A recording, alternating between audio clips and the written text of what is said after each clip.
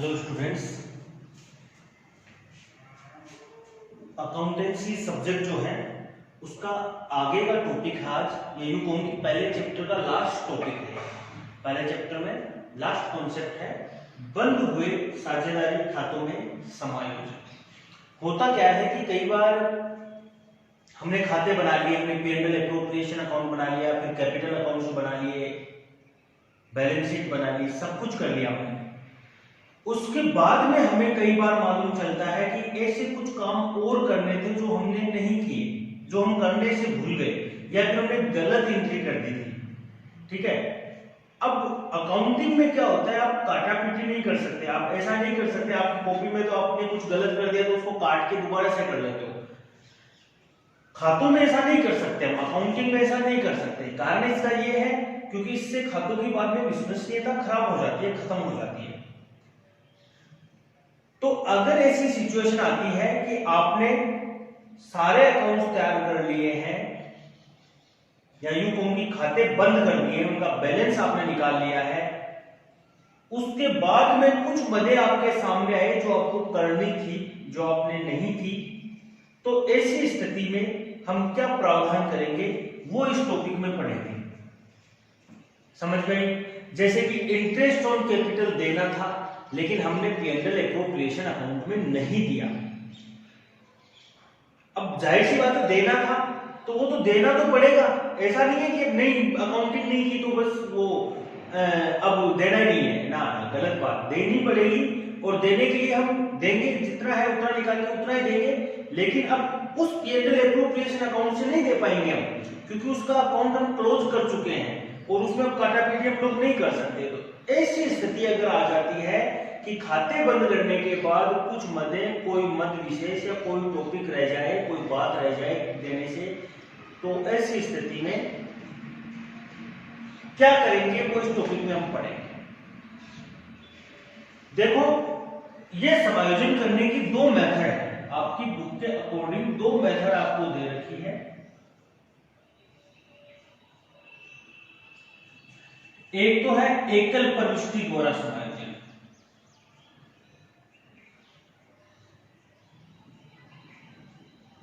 एकल प्रविष्टि द्वारा समायोजन। एक तो भाई ये है, जैसे कि नाम से स्पष्ट है, इसमें जितनी भी मदें भूल गई है उनका हम इफेक्ट उनके कैपिटल अकाउंट पे क्या पड़ेगा। पार्टनर्स, देखो होता क्या है, P&L एप्रोप्रिएशन अकाउंट बनाते हैं, उसका भी लाभ फाइनली जाता है उनके कैपिटल अकाउंट में, तो जाता है, हानि कहां जाती है, कैपिटल अकाउंट में जाता है। तो हम लोग ये देखेंगे कि कौन कौन सी मदें भूल गए और इनका डायरेक्ट रूप से किस पार्टनर के कैपिटल अकाउंट में कितना फर्क पड़ रहा है वो हम निकालेंगे और एक एंट्री करेंगे। अंततः कितनी एंट्री करेंगे? केवल और केवल एक एंट्री करेंगे, वो है एकल प्रविष्टि द्वारा समायोजन। और मेथड सेकंड है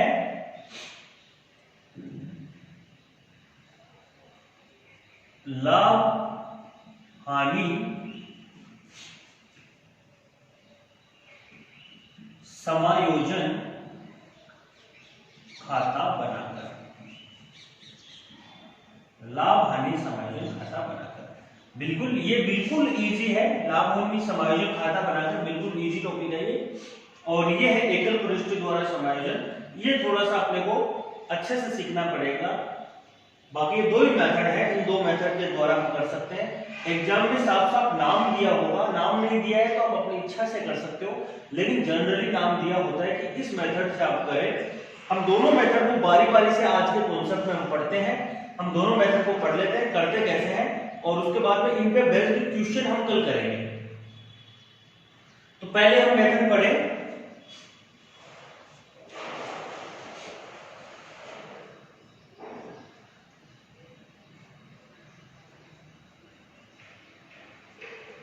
एकल प्रविष्टि द्वारा समायोजन।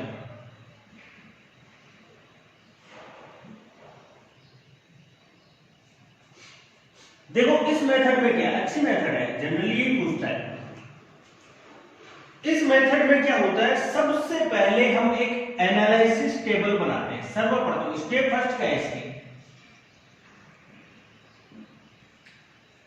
एक विश्लेषण तालिका बनाते हैं।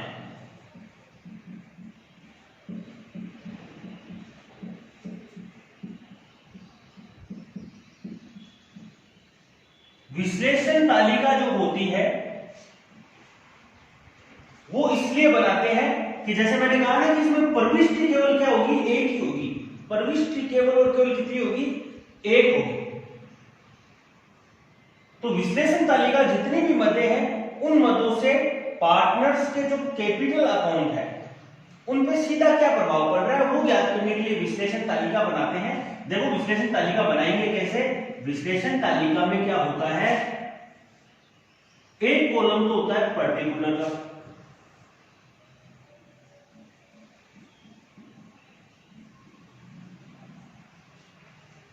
फिर आगे के कॉलम डिपेंड करते हैं कितने पार्टनर हैं। अगर पार्टनर 3 है तो 4 कॉलम बनेंगे, अगर पार्टनर 2 है तो 3 कॉलम बनेंगे। या यूं कहूं कि जितने पार्टनर है उनके सबके कॉलम बनेंगे। जैसे ए और बी 2 पार्टनर है तो इन दोनों के कॉलम बनेंगे। ए बी सी है तो 3 कॉलम बन जाएंगे और एक कॉलम एक्स्ट्रा बनेगा जो फर्म का बनेगा। जो किसका बनेगा, फर्म का बनेगा। जितने भी कॉलम बने हैं उनके दो भाग होंगे, एक डीआर होगा एक सीआर होगा, एक डीआर होगा एक सीआर होगा, एक डीआर होगा एक सीआर होगा। बाद में यहां विश्लेषण तालिका से हम हर एक मद को उठाएंगे।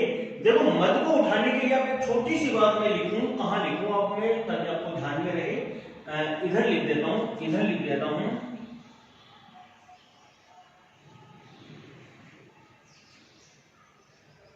अगर मद से साझेदार को हानि हो रही है तो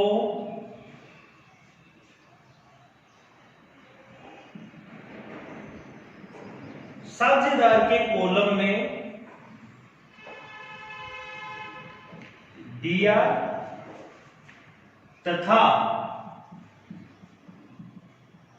फर्म के कॉलम में सीआर करेंगे।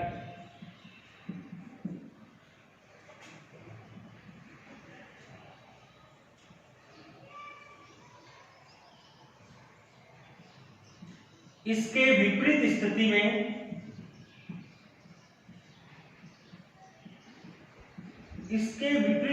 में विपरीत कार्य करेंगे।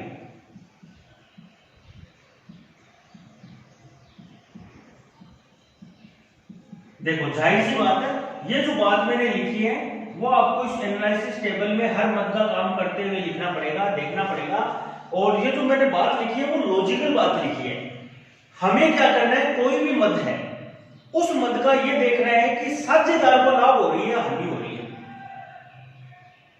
जाहिर सी बात है साझेदार को हानि हो रही है तो साझेदार को हानि, तो साझेदार की क्या करोगे, डीआर। और जाहिर सी बात है साझेदार को हानि तो फर्म को लाभ, क्योंकि फर्म को देने की जरूरत नहीं है तो फर्म के क्या हो जाएगा, वो सीआर हो जाएगा। सीधा है या नहीं है, बिल्कुल सीधा है। उल्टा हो जाए, अगर साझेदार के लाभ है तो साझेदार के लाभ है तो सीआर, और साझेदारों की सीआर है तो फर्म के जाहिर सी बात है डीआर हो जाएगा। जैसे कि हम लोग इंटरेस्ट ऑन कैपिटल लगाना भूल गए। सपोज करो क्वेश्चन में ये काल्पनिक ले रहा हूं मैं, सपोज करो काल्पनिक टेबल है,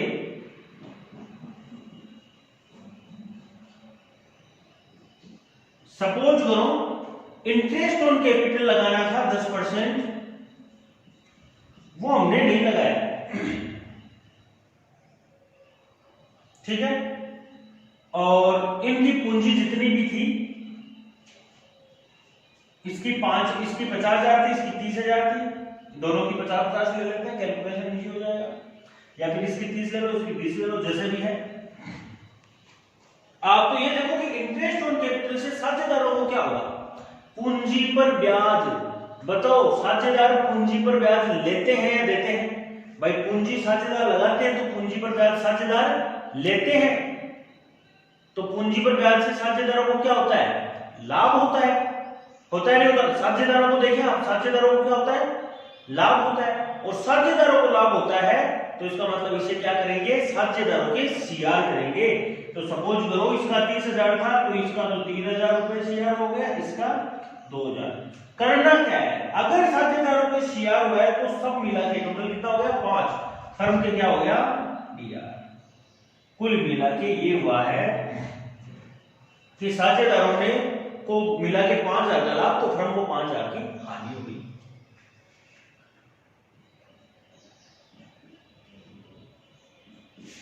इंटरेस्ट ऑन ड्रॉइंग ले लो। अब इंटरेस्ट ऑन ड्रॉइंग देखो आप, इंटरेस्ट ऑन ड्रॉइंग था तो जाहिर सी बात है आहरण पर ब्याज साझेदार को चुकाना होता है, तो चुकाना होता है तो इसका मतलब साझेदारों की ये क्या है, हानि है। और साझेदारों की हानि है तो साझेदारों के हम क्या करेंगे, डीआर करेंगे। सपोज करो दोनों के 1,000 रुपए थे, 1,000 टोटल कितने हो गए, 2,000 इनके डीआर, तो फर्म के हमने क्या कर दिया, मिला के सीआर कर दिया। और भी कोई मदर सैलरी है तो सीआर हो जाएगी, उधर डीआर हो जाएगी, सारी मदद लिख लेंगे। उसके बाद में केवल और केवल इसका टोटल करेंगे, फर्म का बैलेंस निकालेंगे। फर्म का बैलेंस देखो, इधर तो 5,000 है, इधर कितना है, 2,000 है, तो फर्म के पास इधर और कितने हुए, 3,000। मतलब इतने जितने भी काम हुए उससे फर्म को 3,000 रुपए का क्या हुआ है, सीआर हुआ है, सीआर का बैलेंस है। फर्म को 3,000 रुपए का कितना क्या आया है, सीआर का बैलेंस है। ये जो आया है ये फर्म के, एक बार बताओ, फर्म का डीआर ज्यादा था इसका मतलब ये फर्म को क्या आया, लॉस आया। ये फर्म को क्या आया, लॉस आया। अगर फर्म का सीआर बैलेंस ज्यादा होता तो ये फर्म को क्या होता, फायदा होता। ठीक है, तो ये हम क्या करेंगे, लॉस डिस्ट्रीब्यूटेड अमंग पार्टनर्स। यहां तो 2 ही साझेदार है तो बिटवीन पार्टनर हो जाएगा, distributed to partners, capital amount. इनका रेशियो, सपोज करो इनका रेशियो है 2:1, तो 2:1 में बांट देंगे। इस 3,000 को 2:1 में बांट देंगे तो 2 जा रहेगा। यहां देखो फर्म के सीआर तो इनके क्या होगा, डीआर होगा, 2,000 और कितना, 2,000 तो ए के डीआर और 1,000 बी के डीआर। समझ में आई बात? इसके बाद में सीधा सा है, इसके बाद में हमें क्या करना है, इन सब का टोटल करना है। इसका तो कितना हुआ, 2 और 1 3,000, इसका कितना हुआ 3,000, इसका कितना हुआ 2,000, इसका कितना हुआ 2,000। थोड़ा सा क्या हो गया, ये बराबर हो गया, जितना लाभ था उतनी हानि हो गई, तो कोई एंट्री नहीं बनेगी इसकी। एक काम करते हैं, इसको अपन 1:1 में बांट देते हैं ताकि काम हो जाए। इसको तो हम 1,500 कर देते हैं, इसको हम 1,500 कर देते हैं। काल्पनिक एग्जाम्पल था इसलिए ये हो गया। ये कितना हुआ 2,500, ये 3,000 और ये कितना हुआ 2,500 और ये कितना 2,000। समझ में आया? इसके बाद में छोटा सा काम और करना है, तुलना करनी है डीआर की सीआर से। देखो ए का डीआर 2,500 और सीआर कितना 3,000। ए का डीआर 2,500 और सीआर कितना 3,000। तो आप ये देखें कि कौन सा ज्यादा है, सीआर ज्यादा है। कितना ज्यादा है, 500 ज्यादा है, सीआर ज्यादा है बस। और इसमें डीआर ज्यादा है, 500 ज्यादा है। समझ में आया? तो इस प्रकार से एंट्री बनेगी। ये पहले विश्लेषण तालिका है। इसके बाद में सेकंड स्टेप ये होगी, स्टेप सेकंड ये होगी, इससे हम एंट्री करेंगे। एंट्री क्या करेंगे, देखो एंट्री क्या होती है, gaining partners capital account DR to loser partners capital account. Loser लिखा होगा उसने, और तो कुछ गेनिंग टू सैक्रिफाइसिंग लिखा है इसने, लूजर लिख दो, सैक्रिफाइसिंग लिख दो, सैक्रिफाइसिंग लिख दो। लूजर सैक्रिफाइसिंग एक ही चीज है।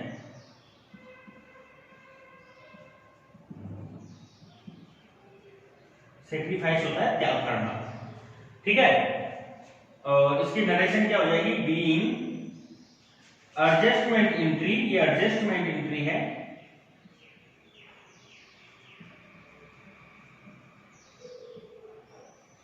एंट्री में ये तो एंट्री हम करते हैं, ये तो कॉन्सेप्ट की एंट्री लिखाई है मैंने। इस क्वेश्चन की एंट्री क्या होगी, आप देखो अकॉर्डिंग टू क्वेश्चन क्या एंट्री होगी, सीधी सी है, जो डीआर है उसको डीआर कर दो, जो सीआर है उसको सीआर कर दो। डीआर कौन है, बी, तो बीज कैपिटल को कर दो 500 रुपए से डीआर,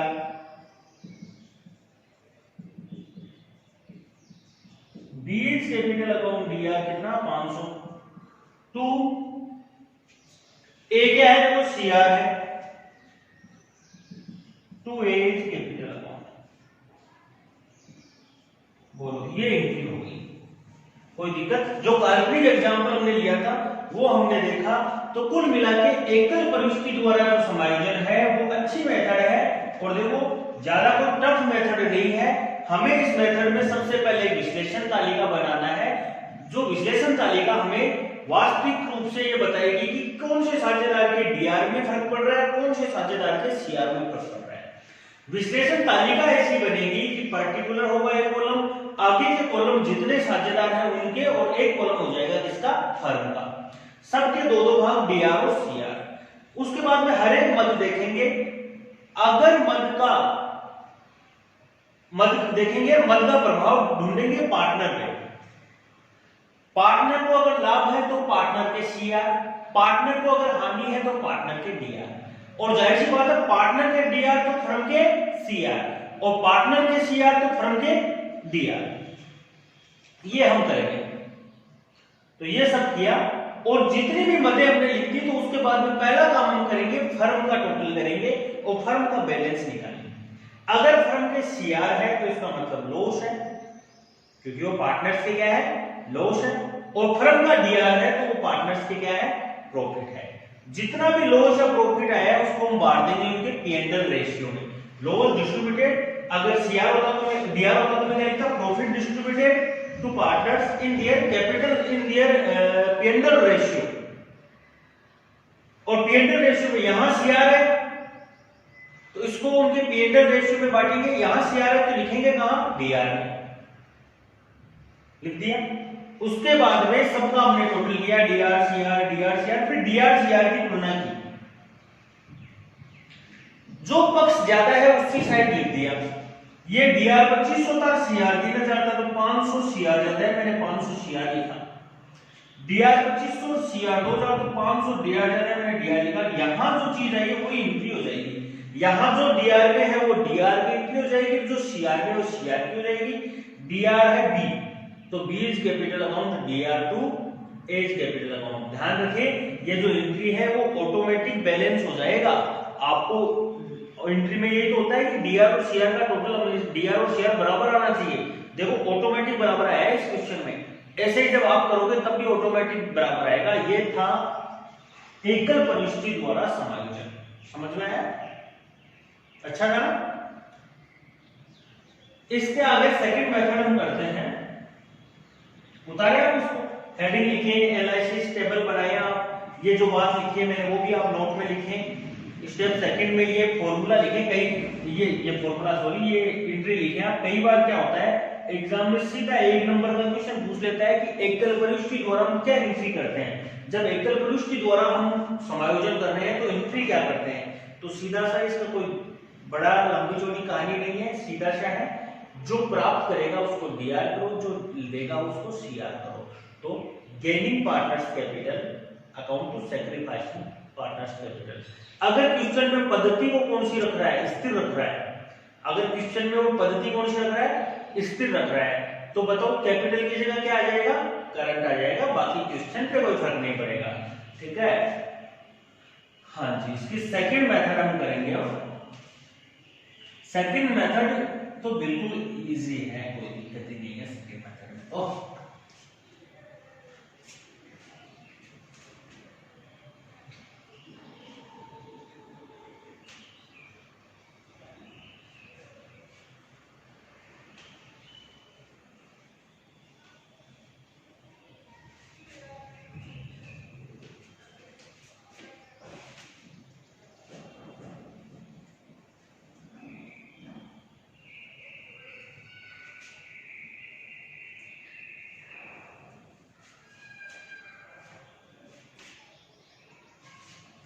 इसकी सेकंड मेथड करते हैं।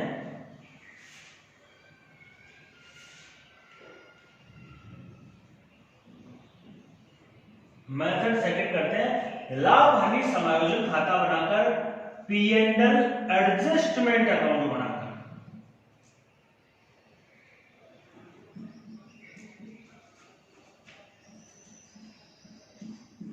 P and L adjustment account बनाकर। देखो भाई ये बिल्कुल इजी है। इजी मैं इसलिए बोलूंगा क्योंकि देखो एक बात लिखता हूं मैं इसमें, यह ठीक उसी प्रकार से बनेगा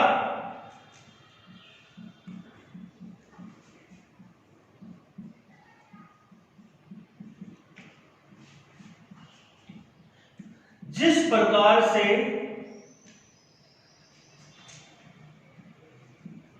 हमने P and L appropriation account बनाया था।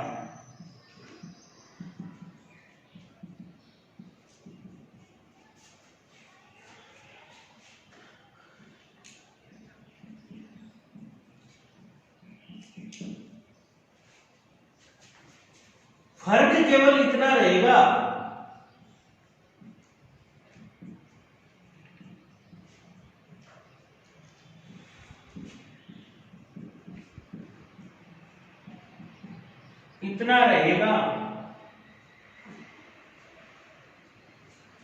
कि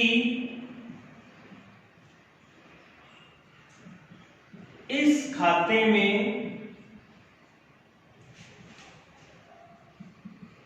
हम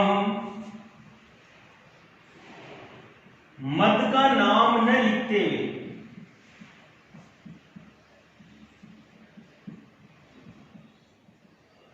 मद का नाम न लिखकर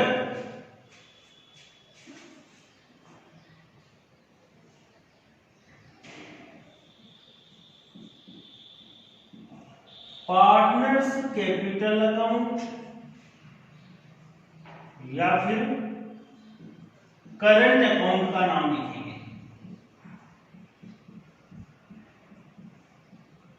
देखो ये फर्क जायज भी है। जायज इसलिए है क्योंकि खाते बंद हो चुके हैं, तो उसके बाद में मद का कोई वैल्यू नहीं रही। हमें जो भी काम करना है वो पार्टनर्स के कैपिटल पे क्या प्रभाव पड़ा वही हमें करना है। देखो अभी जो एंट्री आई थी एकल प्रविष्टि पे, उसमें भी देखो लास्ट में जाके एंट्री बनी, तो जो एंट्री बनी उसमें मद का नाम नहीं आया था, किसी भी मद का नाम नहीं आया था, कैपिटल अकाउंट आया था। ठीक है, ये काम इसमें है। ये ज्यादा इजी इसलिए क्योंकि हम लोगों को P and L appropriation account बनाना आता है। P and L appropriation account हम लोगों को बनाना आता है नहीं आता? जैसा पी